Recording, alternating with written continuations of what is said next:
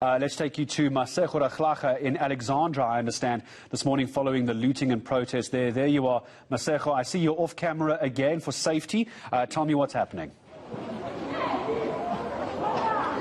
Gareth, finally the police have moved here. They've been shooting at the protesters with rubber bullets and stuff. So we're just going to walk along. As you can see, we're safe with the police. So I'm right next to the police. I'm on their side. I've got the bulletproof vest on as well as the helmet. So this time I'm feeling a bit safe. But as you can see, this looter being warned by police, he's got a gun in his hand. So we just started seeing chaos from a bit of a distance. As you can see, that woman was trying to take the groceries that she had looted, but police obviously took it away from her very quickly. So finally the police in Alexandra and Bramley have started to work here in Alexandra. So we're just going to walk for you here, Gareth. As you can see, those who were looting are running. They are running in many opposite directions. Some of them we actually left behind. The police are telling them to move away from the stores that they started looting. Some of them still have the stuff that they looted in their hand. As you can see, this woman, they are warning her and telling her to leave the stuff that she had stolen on the ground. Here's another woman who's trying to take all the things that she had stolen.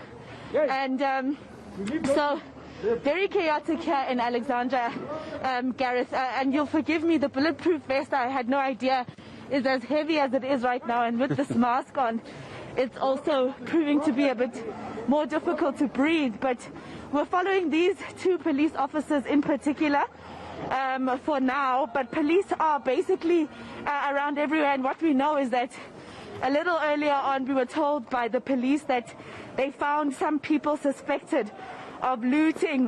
Gareth, earlier on they were suspected to have actually taken some groceries. The police actually intercepted them along London Road in a vehicle with a lot of goods in their vehicle, and they stopped them, arrested them, and went to take them to prison. So there has been some arrests already this morning here in Alexandra. So as you can see, people basically running in many opposite directions. They are insisting on taking the things that they've looted from the store. Finally, when you and Dumelo spoke to us a bit earlier on, we couldn't even get close to this supermarket here, this Freedom supermarket here, because it was quite dangerous. They were even fighting each other for the things that they had taken. It went from taking the groceries, Gareth. Very quickly we started seeing them take even the shelves where the groceries ordinarily would be kept. So even the shelves were then taken by residents here in Alexandra. So as you can see there, Pan-African Mall here at the corner, there's some fire that's coming out of that mall. So we don't know exactly what the damage is, whether there is a store that, for instance, has been set alight here at Pan-African Mall. But I think my colleague Teddy is showing you the crowd that we're talking about, and this is why we couldn't get too close earlier on, because they do attack the media once they see you that you're shooting. So we were the other side, there was a large crowd there, and now we're this side and there's still a large crowd, and they won't necessarily leave, Gareth. They are basically waiting for the police to somehow probably go away so they can come back. From our understanding, there's some of them who are actually still inside the stores, still hiding from the police because they heard the rubber bullets as they went. So this is the situation in Alexandra. Still a lot of looting, very sad situation. I mean, yesterday you saw those visuals from Pietermaritzburg. I think some of my colleagues there, Ronald Masinda, was also in Durban. As the president was speaking about the violence that's taken place, people are still looting. Some of them actually looting even the blood service. So you just ask yourself what it is exactly that they would be stealing from places like that. But that's what's happening here in Alex for now, Gareth. Quite chaotic. People still trying to run away with the things that they've looted, still trying to take those things back home with them. But finally, we're seeing some action with police. No soldiers just yet.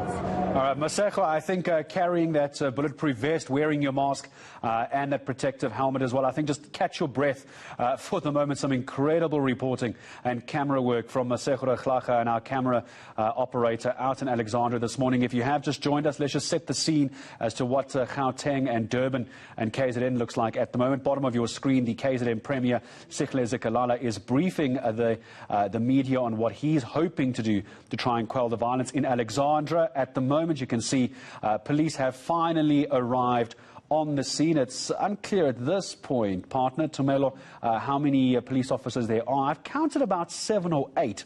But it looks like the moment the police do arrive, they're at least able to try and get these looters away from the shops. But you can see them gathering and now running again on the other side of the road. Absolutely. That congestion and that traffic there, you could see cars just jamming there. So much commotion and chaos happening. And you know what, Gareth? These are malls and shopping centres that are quite pivotal in these communities. I'm talking Tembisa at this point, looking on social media. Busy Corner, one of the most monumental, iconic, places, restaurants in Tembisa being looted, the mall being looted.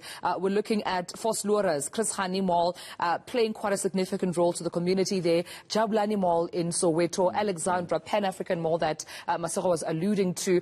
Freedom, that supermarket, Freedom, is one of the biggest chains and supermarkets in Alexandra. If you don't have transport to go to any other supermarket far outside of Alex, you know you can at least go there in a short distance. Well, you can't now. You can't now. No, you can't now. Just by the way, you can see the briefing by the KZN Premier. My team just telling me now, the Premier of KZN confirming 26 deaths have been confirmed in the KZN province since the looting has started. I think our camera person is trying to get out of the way. I'm not sure if there's stones or anything being thrown where Masego is.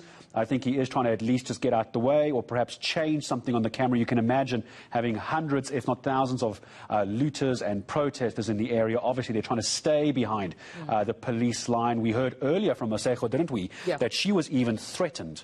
Thankfully, nothing came of it, but Masego Rakhlaga even threatened by those that they were trying to film and try and speak to, that they don't want the media there as well. So obviously for the safety of our colleagues, they're going to hang back as far as they can. But if you just are able to imagine, just past that red rag, about maybe 100 meters down that road, as you see the officer with his firearm drawn, there's a huge group of looters and protesters who ran once the police arrived on the scene. And I suppose it wasn't just the looters threatening, our colleagues. Avi Wimtila showing us there, I think one of the law enforcement saying that do not come closer.